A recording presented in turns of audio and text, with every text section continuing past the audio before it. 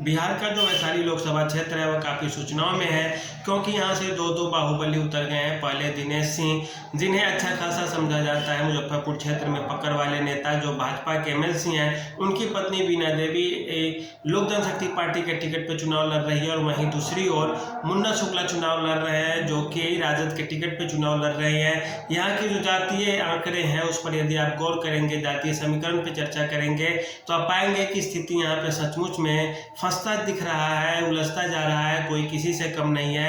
मुन्ना शुक्ला का भी इस क्षेत्र से खासा अनुभव रहा है, क्योंकि उनकी पत्नी अनु शुक्ला यहाँ से कई बार चुनाव लड़ती रही है। वहीं दूसरी ओर बात करें, दिनेश सिंह की पत्नी बीना देवी भी वर्तमान में सांसद है इस क्षेत्र से, वे राजपूत जाति से आती है।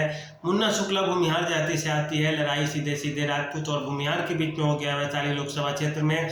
यह जरूर है, राजपूतों की संख्या भूमिहार की संख्या से ज़्यादा है, जिसका अभी हम आपको तुरंत जिक्र करने जा रहे हैं। पहले थोड़ा इतिहास जान लेते हैं। यहाँ से राजपूत जाति का ही दबदबा रहा है। रघुवंश प्रसाद सिंह, जो राजद के जाने माने नेता थे, 25 वर्षों तक यहीं से सांसद रहे थे, और उनके साथ एमवाई समीकरण के साथ साथ राजपूत मतदाताओं की जो वोट थे वे उन्हें मिल जाते थे, और इसी कारण वे हमेशा इस क्षेत्र से जीतते रहे थे। इसके अलावा लवली आनंद मोहन की पत्नी, वह भी राजपूत जाति से आती है, और वे भी यहाँ पे 1994 में जीती थी।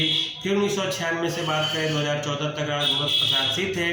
2014 में यहाँ से रामा किशोर सिंह जीतते हैं, 19 तक वे रहते हैं सांसद। इसके बाद 2019 में बीना देवी चुनाव लड़ती है, और 2024 तक वे रहती है। और फिर 2024 में मतदान में बीना देवी खड़ी हैं मुन्ना शुक्ला के सामने, जो राजद से आते हैं। जातीय आंकड़ों पर यहाँ पे हम बात करें तो सबसे ज़्यादा यहाँ पे राजपूत जाति के मतदाता है, जिनकी संख्या 3 लाख से ज़्यादा कहा जाता है, कहीं कहीं 3.5-4 लाख तक कहा जाता है, लेकिन 3 लाख तक मानकर चलना चाहिए। इसके अलावा जो दूसरी जाति है सबसे बड़ी इस क्षेत्र में, वह यादव जाति है, जिनकी संख्या 2.5 लाख के आसपास पहुँचती है, और यह तो दोनों कुल मिला के 5.5 लाख वोट हो जाते हैं, राजपूत और यादव मिला के। इसके अलावा 1.5 लाख के आसपास यहाँ पे मुस्लिम मतदाता भी हैं। तो इस तरह से आप देखिए तो 3 लाख और 2.5 लाख, 5.5 लाख, फिर 1.5 लाख, 6.5 लाख, 7 लाख तो वोटर यहाँ पे केवल यादव, मुस्लिम और राजपूत ही हो जाते हैं 17 लाख में। इसके अलावा बात करें तो कुशवाहा जाति की संख्या भी यहाँ पे 1.5 लाख के आसपास है, कुशवाहा मतदाताओं की।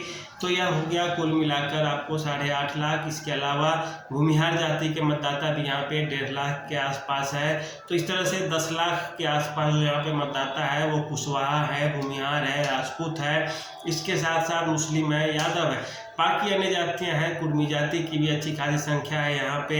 इसके अलावा बात करें पासवान जाति की भी यहाँ पे अच्छी खासी संख्या समझी जाती है, और उनका भी वोट जो होता है निर्णायक होता है। वर्तमान में जो समीकरण बन रहे हैं उसके आधार पे आप देखें तो राजद भी यहाँ पे मजबूत दिख रही है, क्योंकि इसके साथ यादव मुस्लिम समीकरण के जो वोट पड़ेंगे वह वोट आप देखें एक तरह से तो कुल मिलाकर 3-4-5 लाख से ऊपर वोट प्रतिशत में आप भी देखें तो यह 40% के आसपास क्रॉस कर रही है वोट।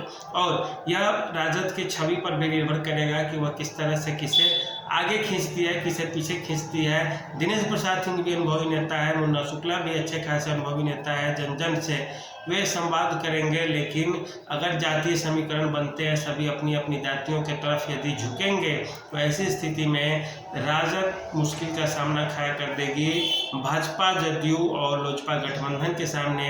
लेकिन लोजपा भी यदि जातीय धुरी या जुगलबंदी बनने से रोक लेती है तो फिर यह सीट उनके लिए निकालना आसान हो जाएगा। रघुवंश प्रसाद सिंह की बात करें 2014 में वे जिस मार्जिन से चुनाव जीते थे, जितना उनको वोट आया था 2,06,000 के आसपास पहली बार आया था 2014 में उनको वोट, जब वे हारे थे। फिर जब 2019 में उनकी बात करें तो 3,33,000 वोट मिले थे, और यह कहा जा रहा था कि जो यादव है वही उन्हें धोखा दे दिए और राजपूत भी धोखा दे दिए, क्योंकि जो 14 का जो लोकसभा चुनाव था उसमें मोदी लहर थी, जिसमें बहुत से यादवों ने भी वोट नहीं किया था किसी अपने ही राजद को, और बहुत से राजपूतों ने भी वोट नहीं किया रघुवंश बाबू को। इस कारण समीकरण उनका गड़बड़ हो गया था। और इस बार बात करें तो इस बार लड़ाई थोड़ी और फंसती दिख रही है। यहाँ तक भी कहा जा रहा है कई कई स्रोतों से कि लालू यादव वैशाली लोकसभा क्षेत्र को अपना समझ रहे हैं। उन्हें लग रहा है कि वैशाली लोकसभा क्षेत्र मेरा आसानी से निकलने जा रहा है।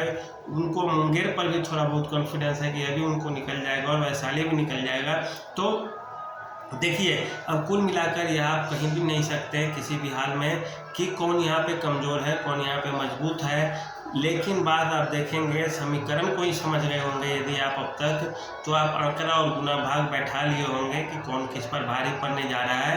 खैर, परिणाम क्या होंगे यह तो मतदाता को तय करने हैं। भविष्य वेता तो है नहीं कि हम कुछ भी बोलने जाएं, लेकिन यह ज़रूर है कि लड़ाई इतना आसान नहीं है और जो होगा वह समय ही बताएगा। तो आज के लिए इतना ही, धन्यवाद।